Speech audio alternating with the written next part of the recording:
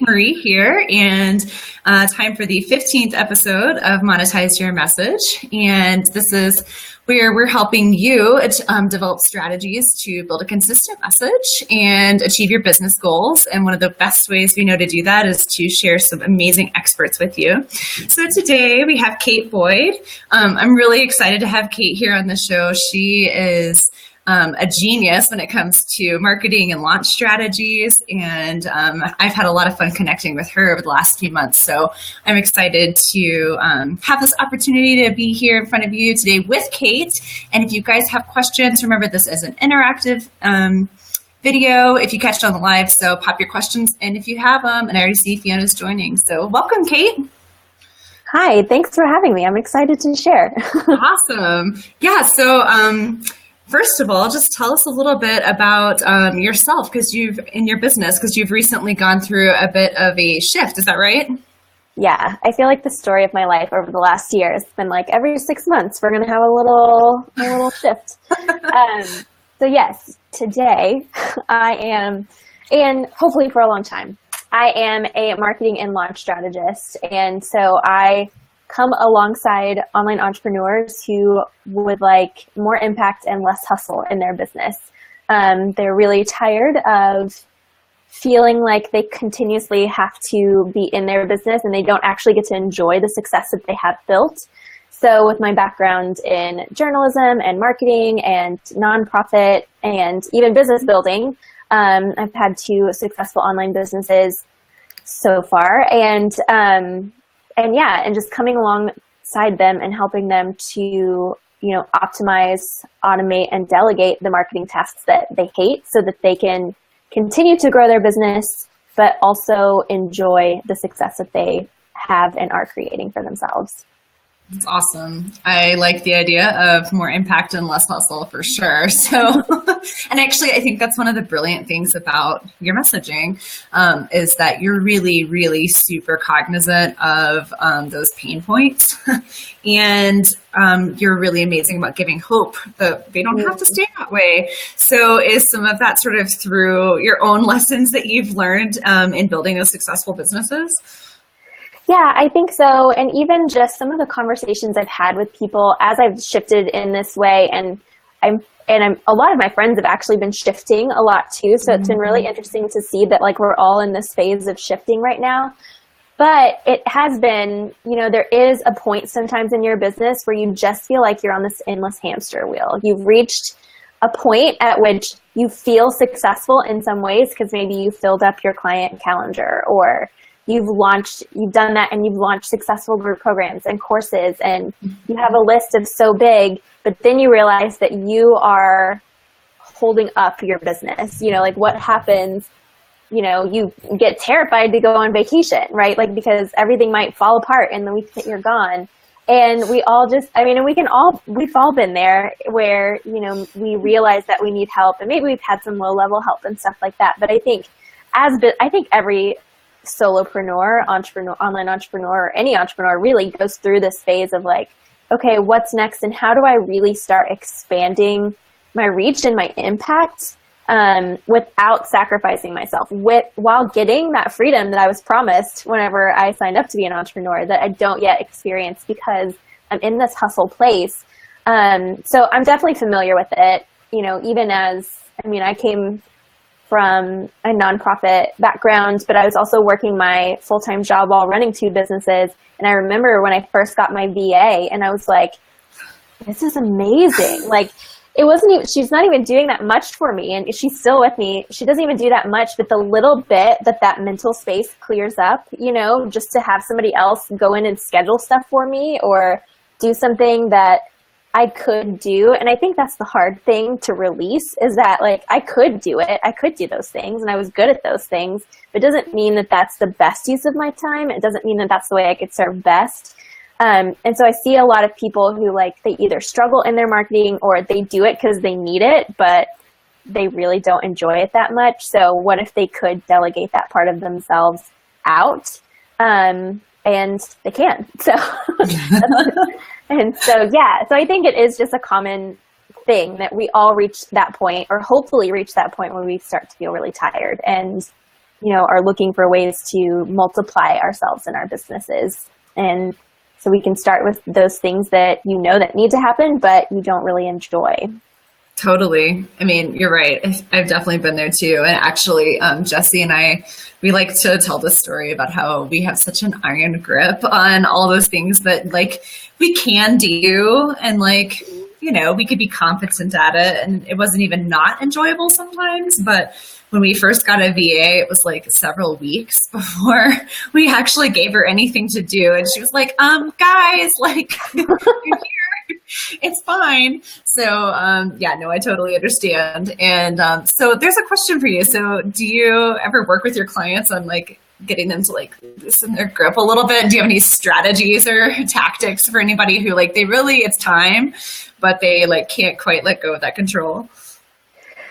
Well, I think that's part of like even what I try to address in marketing from the get-go, right? It's just like you don't have to hold on to this, and just ensuring them that their success is my success and their vision is my vision. And that I come across, like I'm there to support them in their goals and to sound like them and be like them, and they can still show up and do the stuff that they love, like engaging with their tribe, like, like following people, like chatting and doing videos and things like that. I just sort of come in and so I think that's the one thing. Yeah. Sometimes you do have to sort of like nudge people, like say, well, what else do you not like doing? What else do you not want? Because it is hard when you're so used to doing it yourself. And if you're like me, you're like a super control freak where you are like, so like everything needs to be on brand. I'm going to give you the exact templates that you need, and I'm going to give you the exact copy, and you're going to copy and paste it over here. And, so sometimes that can be really hard, especially something as personal as content, right? Like I think that's often how we come across in the online world. And to think that, somebody could accurately capture you, or somebody could do that and maybe do it better, even though you've built your business on that so far. Like it doesn't mean that you're not good at it. And it doesn't mean that, you have to surrender all of it even. Like if you want to keep writing emails, do your thing. So it's definitely sometimes a process to cull things out and say like, okay, so where are we, and what would you like to give up and what wouldn't you like to give up? And how can we make that work for us and what we're doing here so that we can be most successful? I know I went through that as a manager at my job before, because I went from like copywriter and social media coordinator to manager of the department. And I was like, I kind of miss some of that creative stuff. Like I miss writing and I miss doing that. And so like even working with my manager and the people that I hired, we tried to find a couple of things that I could still hang on to creatively so that I felt, still a part of the process, or still connected, and still, not that I didn't enjoy managing and working with my team, but to have that part of me that I feel like is such a core part of me, to be able to stick with was really important. Right. It's true. And I think that ultimately, I mean, what you do often frees people up to be creative on a higher level too, right? Like they can be visionary for their business and hold all of that creative power still, but it's it's that nitty gritty that maybe you're right, maybe they do want to hold on to it, but maybe it's best served, their time is best spent thinking at like 10,000 feet, right? So, yeah. And I think the other fun part is that it's not like I'm going to come in and like redo everything or change who you are or even remove you from the process. I think it's very much a collaborative thing. And I definitely see myself as a co-creative. Like I love working I call myself an in-the-box creative, because I love working like inside people's constraints, inside their brands, and even partnering with them to say like, okay, what's next? Let's brainstorm on these things, and then we'll come up with something together that we can all own, so that whether I'm writing it or you're doing it on a video or you're sending an email or writing a blog post or, pitching something, that we all feel really excited about this. And so I think that's the other level, is that we really just come in and collaborate too, so that there is a co-ownership of the vision of the marketing moving forward. This is one thing I just love about your messaging and the way that you, like I said earlier, and I love that you have those pain points in mind, but you also just are so positive. And I think because you're aware that the control thing is like a fear-based thing. Just being super aware of that. And I feel like this is something for a lot of entrepreneurs, sort of whatever they do. A lot of times there's a little bit of nervousness, about handing over the reins to somebody, even a little bit, even sharing the reins, right? Yeah. And so being cognizant of that and building messaging around this sort of team and co-creation, co-collaborator, that language is really powerful and alleviating a little bit of that nervousness. So kudos to you for that. Good. So I have another question for you about the launch side of things. So, can you tell me a little bit about how all of that works? Yeah. So, what I discovered over the last few years and really started honing in on the last few months, just as I've been figuring out what the shift is going to look like, I really just realized that I love launching. Other people hate launching. You will always see posts about people hate launching, and that's why they created a membership site and sales funnels. And I'm like, but I kind of love that. I would hate to remove that from my business because I really enjoy that. And so I was like, wait a minute. If other people hate it and I love it, why not help with that? And so it's been really fun to explore what that looks like. And so because I sort of have experience in a lot of different kinds of launches between my first business, which was largely digital products, and even my second business, which was very service-based, and, figuring out what works for launching different things and what's fun and creative and different or new, or what can we take that's sort of normal and put a little spin on it that makes sense for you and your strengths and your business. And so I really like coming in to help support that creative part, the strategy part, as well as like we were talking earlier, the copy is and you can probably, this from people too, they don't like it, or they don't feel confident in it. And if they could hand it over, they would love to, just so that they can show up in their launch and do the stuff that they want and connect with their people and send those personal emails and do those live streams and show up in the way that they want to, so that they don't feel as stressed, right? Because I think that's the thing, is we put a lot of pressure on these launches. And some people, their whole business is launching every 2-3 months. That's how they make all of their money. And that can be really stressful if you don't have support.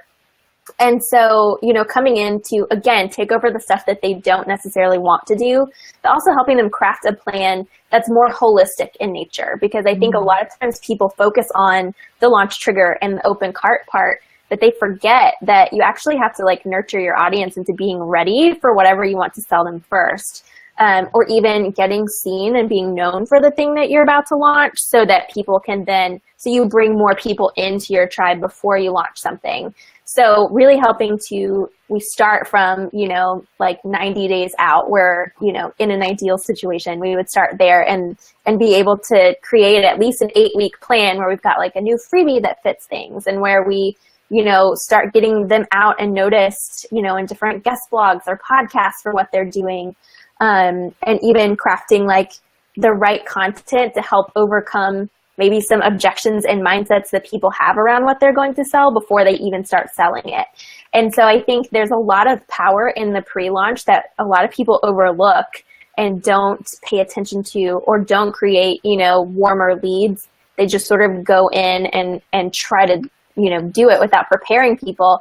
And though that they can be successful that way too, I think you just amplify your results if you take the time to actually cultivate your audience before you do that. And so that's really where I come in, is help them create that holistic plan that even focuses on the personal side and the objection side and the copy and the content and stuff too, which is important, but there's so many touch points that I feel like a really successful launch has, that maybe people don't think about, if they've never launched before, or if they've only done small launches, or only launched in their Facebook group. So we sort of come together and put a big plan so that they have less stress, because somebody's taking care of the parts that are really tricky and stressful for them, but also better conversions because we've taken the time to prepare people for what they're doing.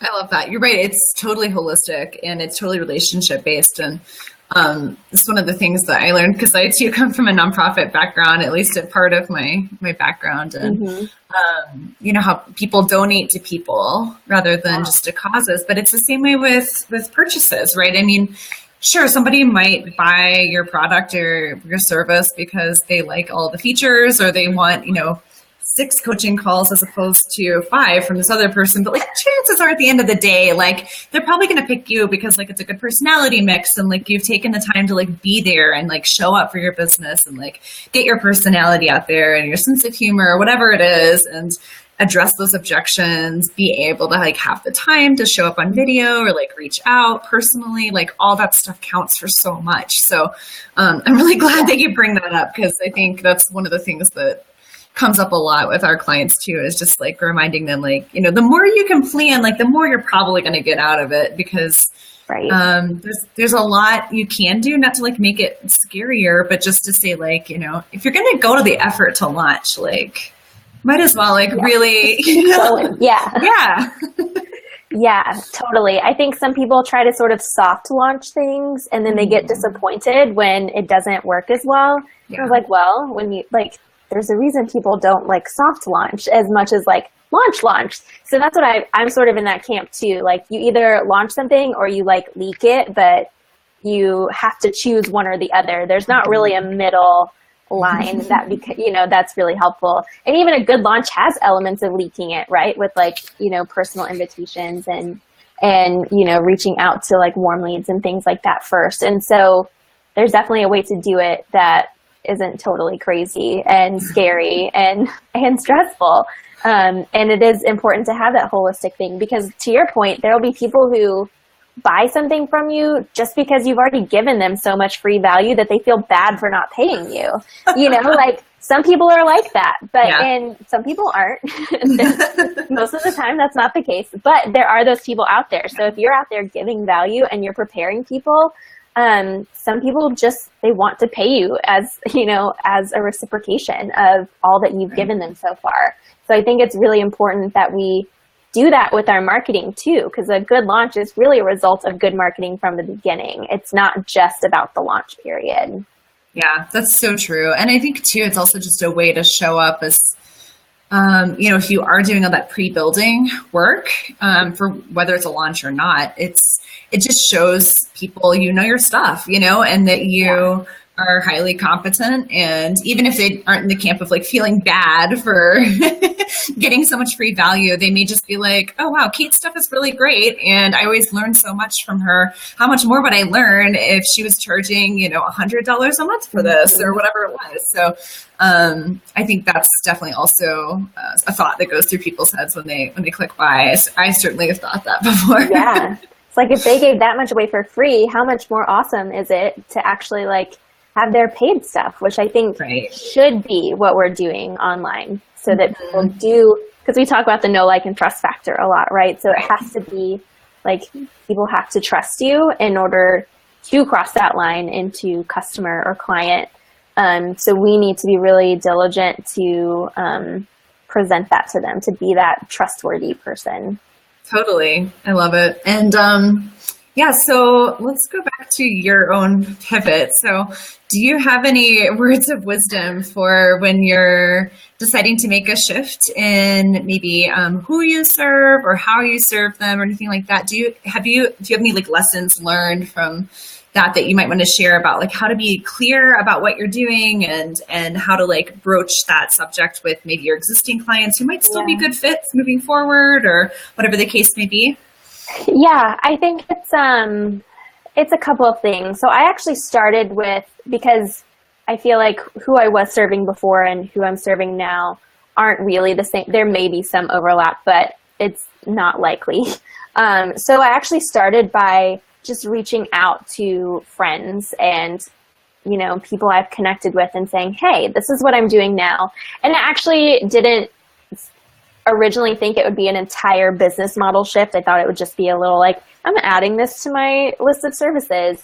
But as I got into it, I was like, oh no, this is the better thing. This is what I need to be doing. So I was just sort of like sending it to friends, reaching out to people who I would really like to do this, who could benefit from my service.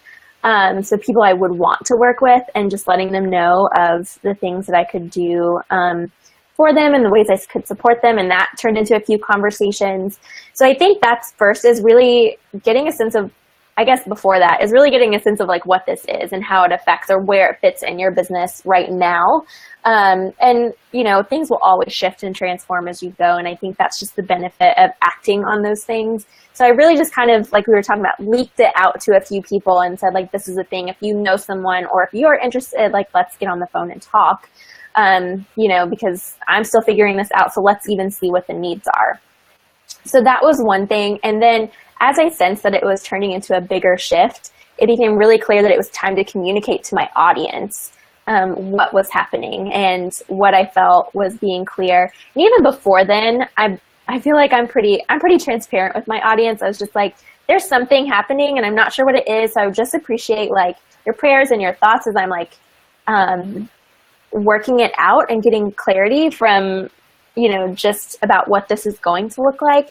And so they were at least aware that something was happening, which I think was kind of good. So when I pulled the trigger on it, it didn't feel totally out of line. Like it was just, it was one of those things where they at least sort of sensed it before. They had a little bit of a heads up, and then I shared it. And so when I actually shared it, I tried to be really comprehensive. Like it was like a 3-page email. It was way too long. But I think that was it, was just sort of making sure that they knew that, you know, I valued them and the time that we spent together, and that, you know, I'm so grateful for them being part of my journey, but that as I recognized my gifts and the way that I could best serve people, which is something that I would always tell them over and over, like, what's the best way that you can serve? Go and do that thing. And so it was just like me practicing what I preach and just saying, like, this is how I best serve people. So I'm going to go ahead and shift it over and say, hey, this is, so that being said, my services are going to look different. And so I made sure that I actually communicated with my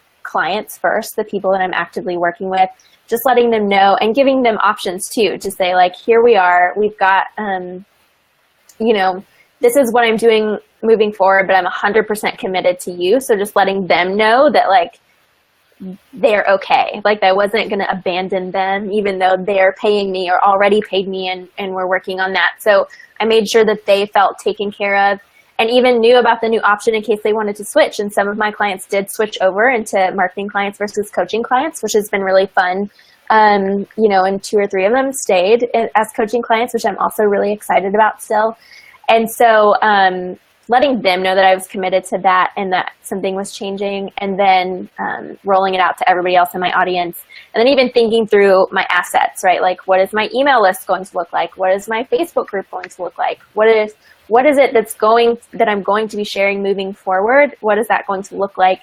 So that when I gave them so when I emailed them, it wasn't like, well, I don't really know what that means for me. You know, making sure that I thought through, like, what are some of the questions people might ask?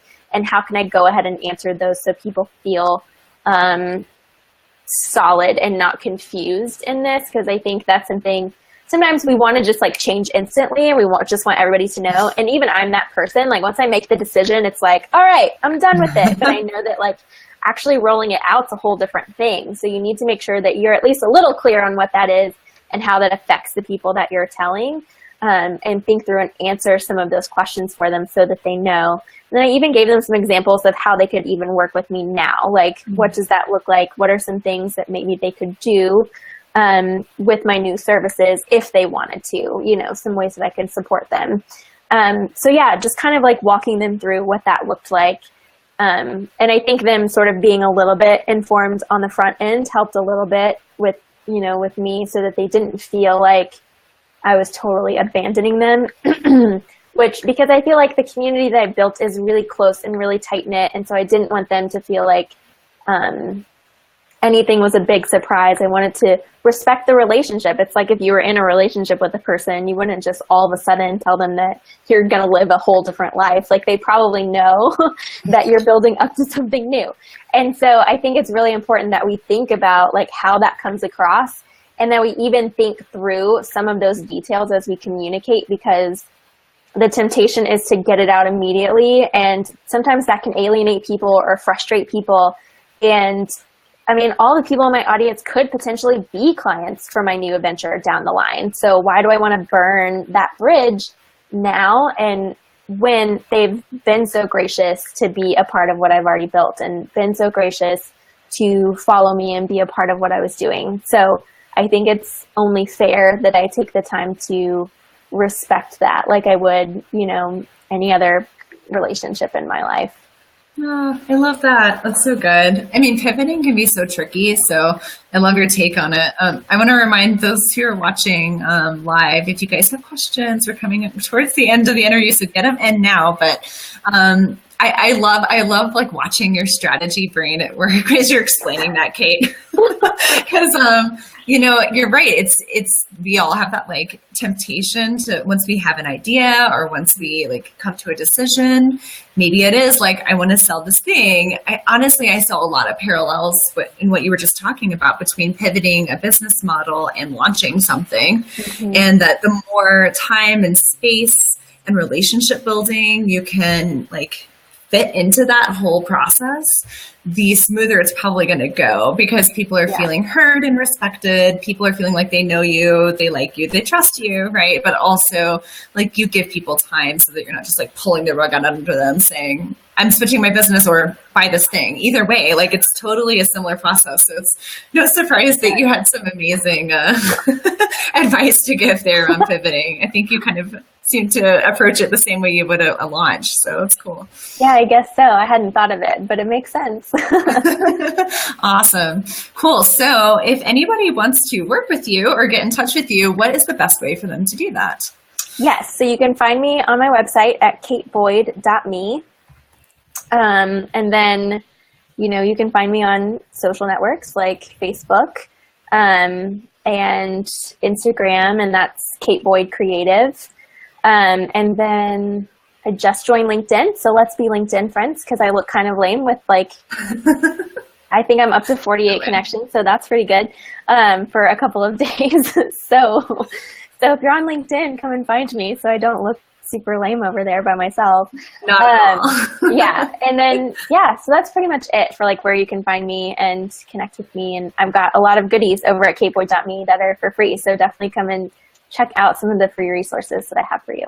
Absolutely. No, you guys, Kate's website is amazing, and she has a whole series of ways to learn from her. So based on what's ailing you, you can find some resources there, and she has it really nicely laid out. I was just scoping it out not too long ago, so it looks awesome. We will put all those links in after the call, so if you're watching this on the replay, you'll be able to get all those links straight up at the top of the description. But thank you so much for joining today, Kate. It's been a lot of fun. Yeah, thanks for having me. Awesome. All right, well, have a great one. You too.